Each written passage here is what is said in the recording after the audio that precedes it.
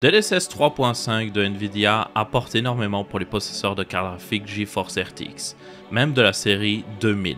Toutefois, le nom porte un peu à confusion par rapport aux différentes technologies incluses. Nvidia a donc décidé de sponsoriser cette vidéo pour que je vous explique tout ce qui compose la suite DLSS 3.5. Je précise que cette vidéo, même sponsorisée, est à but purement informatif. Libre à vous de vous faire un avis sur ces technologies et de leur utilité. Ici, je veux surtout expliquer leur fonctionnement, leur but et leur intérêt avec mes propres mots sans le moindre ajout de la part de Nvidia. Qu'est-ce donc que le DLSS 3.5 ? C'est une suite de technologies accélérées par IA ayant pour but d'augmenter les performances de rendu des jeux vidéo, des supportants et parfois même la qualité d'image. Vous avez trois grandes composantes dans DLSS 3.5.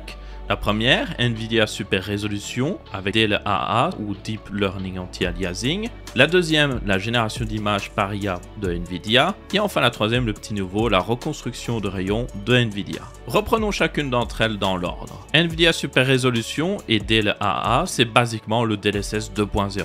Son but est de faire le rendu d'un jeu à une définition plus basse que celle de votre moniteur pour gagner en performance, puis d'utiliser le super enchantillonnage accéléré par IA et le deep learning pour repasser cette image à la résolution native de votre écran et ainsi conserver la même qualité d'image. En gros, en termes plus simples, ça permet donc à votre carte graphique de faire le rendu du jeu par exemple en 1440p, puis de repasser cette image en 4K sans perte de qualité, mais avec les performances du 1440p. Dans certains cas, vous pouvez même voir une qualité d'image supérieure au rendu natif. DLAA, lui, est un anti-aliasing accéléré par IA qui permet d'améliorer la qualité d'image en faisant un rendu natif. Cette composante de DLSS 3.5 tourne sur toutes les cartes graphiques RTX des séries 2000 aux séries 4000. Par après, nous avons la génération d'images par IA de Nvidia. C'est évidemment la nouveauté de DLSS 3.0 sortie en même temps que les RTX 4000. Cette génération d'images fonctionne en rajoutant de nouvelles images entre chaque image rendue par la carte graphique. Ces nouvelles images sont entièrement rendues par IA grâce au Tensor Core.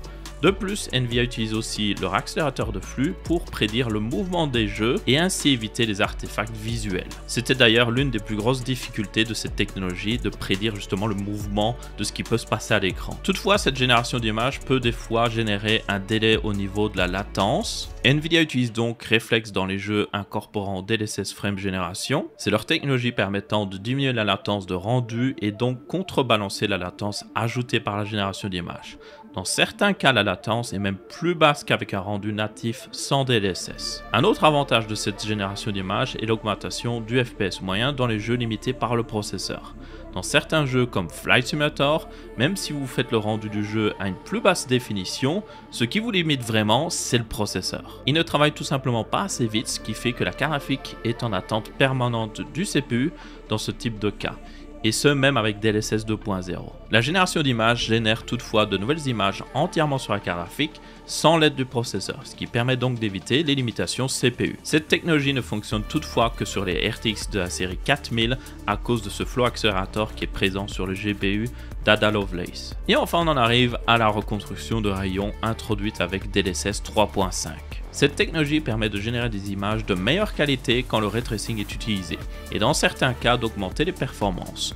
En gros, la reconstruction de rayons résout des artefacts liés au débruiteur, ou denoiser en anglais, qui est nécessaire à l'amélioration des performances en ray tracing. Et ce, en remplaçant ces débruiteurs configurés à la main par un modèle d'apprentissage entraîné par IA. Ce qui permet donc d'améliorer la qualité de rendu. Et cette reconstruction de rendu de ray tracing est faite grâce au Tensor Core, tout comme les autres technos DLSS. Vous pouvez du coup en profiter sur toutes les cartes graphiques RTX. Mais bien évidemment, c'est seulement utile dans les jeux supportant le ray tracing et requiert DLSS d'être activé en permanence. Voilà donc ce qui compose DLSS 3.5. Comme vous pouvez le voir, c'est pas vraiment une option à activer dans les jeux compatibles. C'est un ensemble de technologies accélérées par IA qui ont chacune un but précis et leurs avantages ainsi qu'inconvénients, et que vous pouvez dans la plupart des cas activer indépendamment l'un de l'autre selon vos préférences. Avant de vous quitter, j'aimerais vous montrer deux jeux qui supportent justement toutes les technos présentes dans DLSS 3.5.